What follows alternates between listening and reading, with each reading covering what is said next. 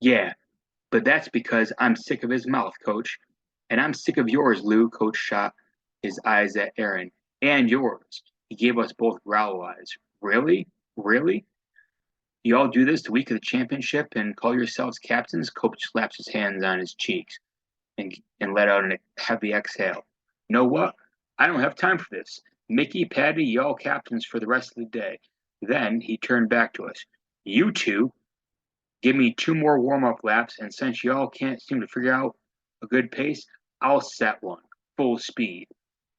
And when you're done, don't even think about asking for water or anything, captains. Coach saluted us and walked away. After a second warm up, I think I got him by a step or two. Aaron joined Mikey and the other 400 runners.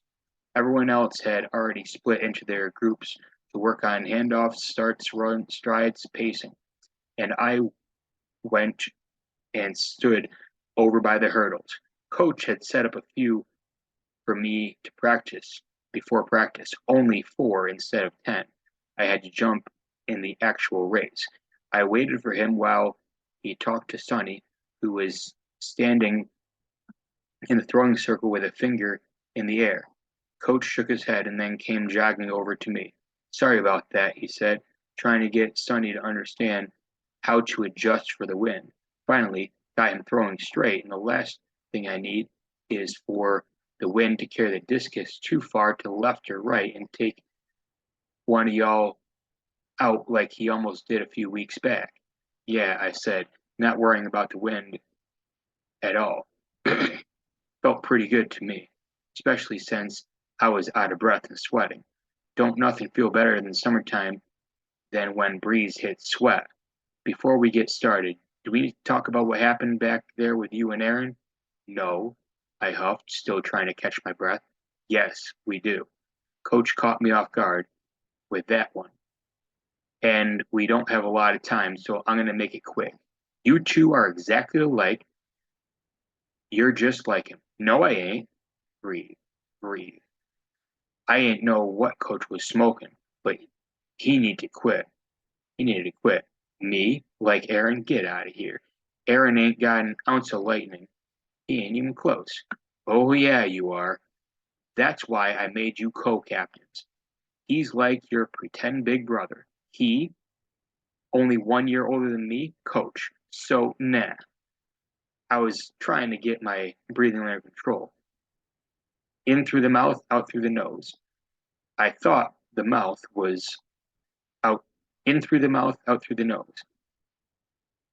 Okay, okay, I'll leave it alone, but just remember I told you that. And if I see any more fighting, Coach didn't finish his sentence.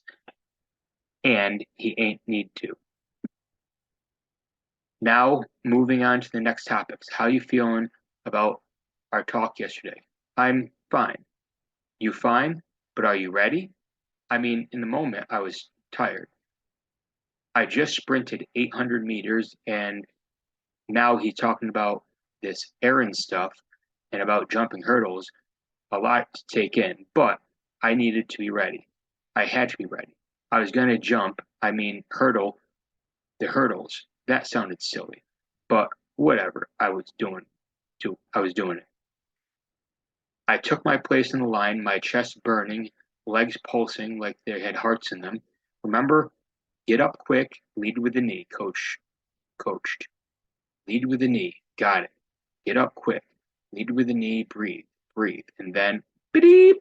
The whistle blew and I took off. And the first hurdle in front of me, I just got up to it, and the gust of wind came whooshing by me, kicked up all kinds of dust from the side of the track, and smacked it in my face, in my eyes. I tried to slow up in time, but couldn't, and ran right into the first hurdle. I slapped my palms to my face and heard Coach running over to me. You okay? Ah, I'm fine. I'm fine, I said, using the heels of my hands to scrub my eyes. They glued they felt glued shut by all the grit. It's in my eyes. I walked over to the fence, scrubbed my eyes some more, mainly to try to get the sting and the chill out and make my eyes water and wash out whatever they could, but it wasn't working. My eyes felt crunchy, like toasted over. So I had to do what I never did before. I had to take my contacts out. You wear contacts? Coach sounded surprised. Yeah, and without them, I can't see nothing. I had one balancing on the tip of my finger, the other pinched the other one in my eyeball. I mean, I can see, but I got hypoteria. You got what? Hyper. I can only see far away stuff. Figured it was easier just to say it like that. With both contacts out, I flicked them toward the grass. They were ruined. But luckily, I have fresh ones at home. Just far away.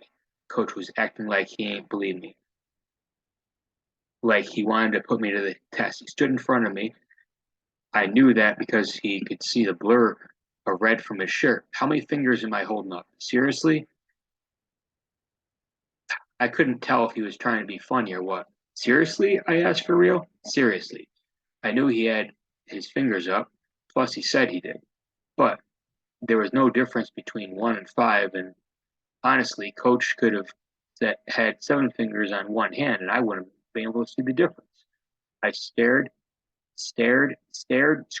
squinted, stepped back, squinted, stepped back a little more, but hit the fence. Came a little closer, squinted, then finally just shrugged. Oh no. Coach's voice suddenly dropped into concern, and I dropped my head. Head up, he snapped immediately, but I ain't lifted. Lou, do you hear me? I lifted it. Not all the way, though.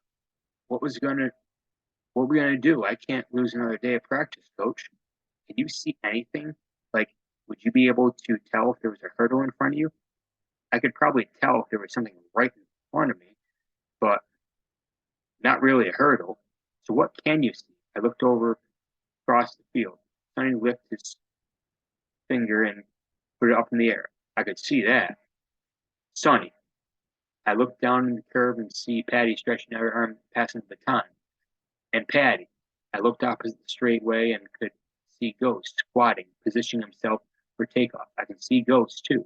Coach turned around to see how far they all were. Then he walked back to the center of the track, rearranged the hurdle I knocked out of place, stood at the top of the line, and looked down. Come here.